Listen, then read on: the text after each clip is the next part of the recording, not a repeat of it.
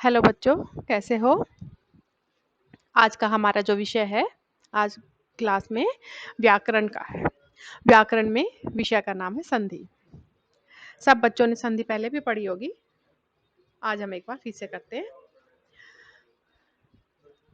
हमने पहले समास किया था। बहुत सारे बच्चे संधि और समास की जो परिभाषा है उसमें कंफ्यूज हो जाते हैं, मिला देते हैं। संधि को समास में, समास को संधि में कर देते हैं।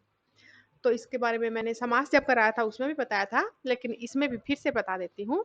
संधि क्या होती है? संधि का मतलब सबसे पहले तो क्या है? मिलना, जुड़ना। ठीक है। और इसकी परिभाषा क्या है?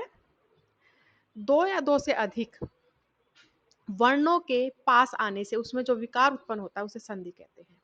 अर्थात समास क्या था? दो या दो से अधिक शब्दों या पदों के मेल को समास कहते हैं।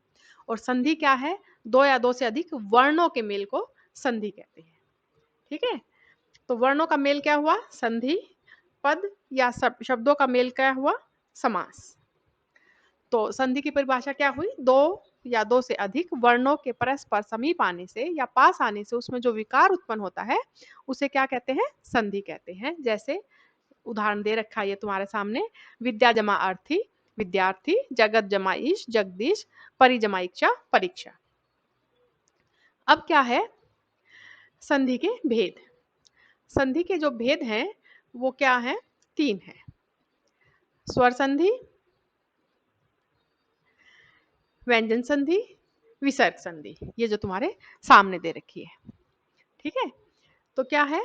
स्वर संधि क्या होती है?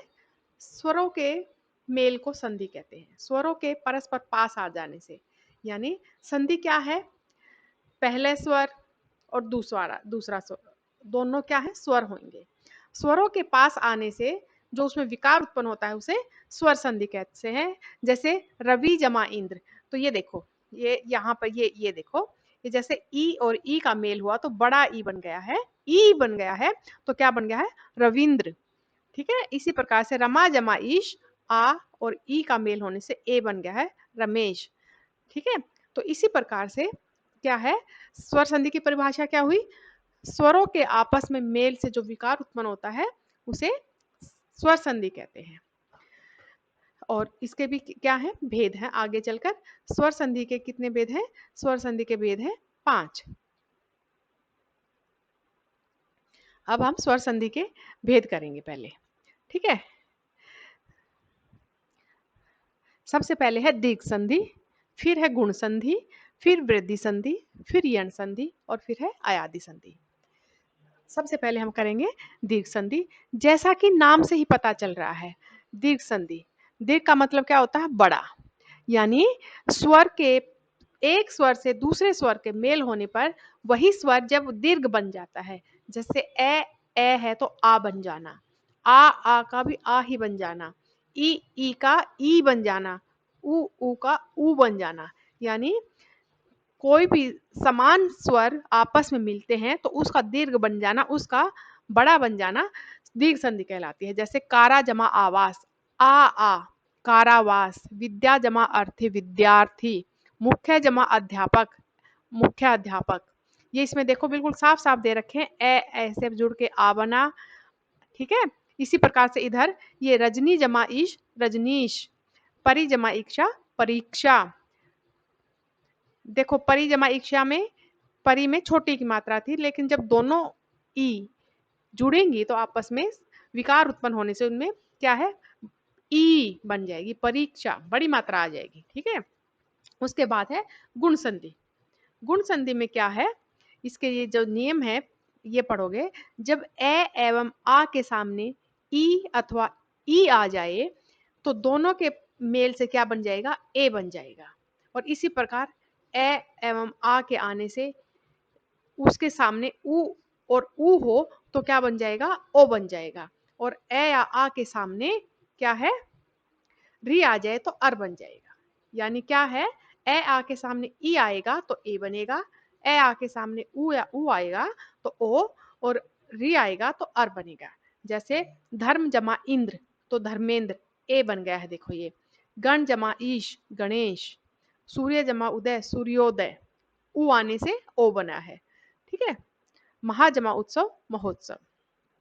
अब आगे है, अब ये देखो जैसे री का देखो, भारत जमा इंदु भारतेंदु एवना, महा जमा ईश्वर महेश्वर, प्रश्न जमा उत्तर प्रश्नोत्तर, ऊ था तो ओ बना है। अब आगे ये देखो री का, महा जमा ऋषि महर्षि, सप्त जमा ऋषि सप्त ऋषि। अब है वृद्धि संधि। वृद्धि का मतलब होता है बढ़ोतरी होना, किसी चीज में बढ़ाव होना।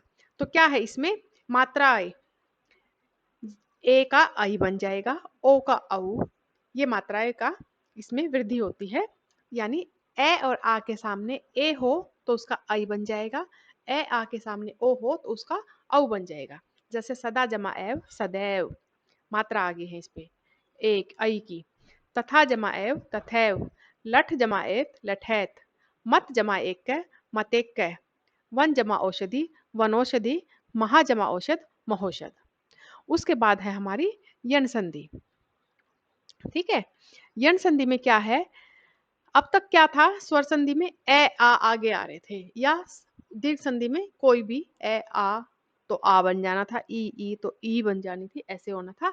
लेकिन अब हमारा यण संधि में क्या है, यण संधि में हमारा ई ऊ और री के आगे भिन्न जाति का कोई भी स्वर आ जाए, यानी इनसे अलग कोई भी स्वर आ जाता है तो ई और ई के स्थान पर य का विकार हो जाता है, और ऊ के स्थान पर व का विकार हो जाता है, और री की जगह रे का विकार हो जाता है, यानी इनमें परिवर्तन आ जाता है। जैसे अति जमा अंत अत्यंत, अति जमा आवश्यक अत्यावश्यक, अति जमा अपि अत्यपि, यदि जमा अपि यद्यपि।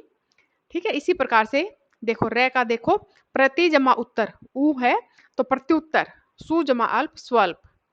अब री का देखो, मात्र जमा आज्ञा मात्राज्ञा, अति जमा आचार अत्याचार, नी जमा ऊन न्यून। ठीक है, अब आती है हमारी अयादि संधि। अयादि संधि क्या है, अयादि संधि में जब ए आई ओ औ के आगे कोई भी भिन्न जाति का स्वर आ जाता है तो ए के स्थान पर अय, आई के स्थान पर आय, ओ के स्थान पर औ और औ के स्थान पर आव हो जाता है। ठीक है, मात्रा के अनुसार दूसरी मात्रा में बदलाव आ जाता है।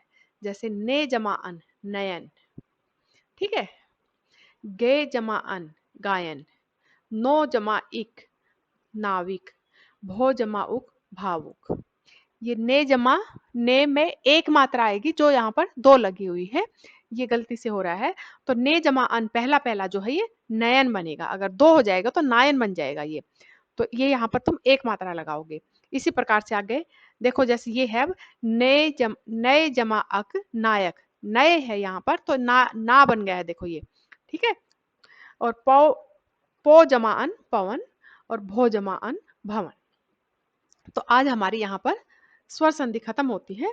हम आज इतना ही करेंगे, सारे इकट्ठे करेंगे तो तुम्हारे समझ में इतने अच्छे से नहीं आएगा।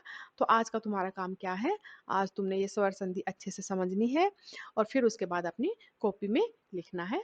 तो आज का जो हमारा लेक्चर था वो यहीं पर ख़त्म होता है। हर बच्चे अपनी संधि अपनी कॉपी में समझ के बहुत अच्छे से लिखेंगे। धन्यवाद।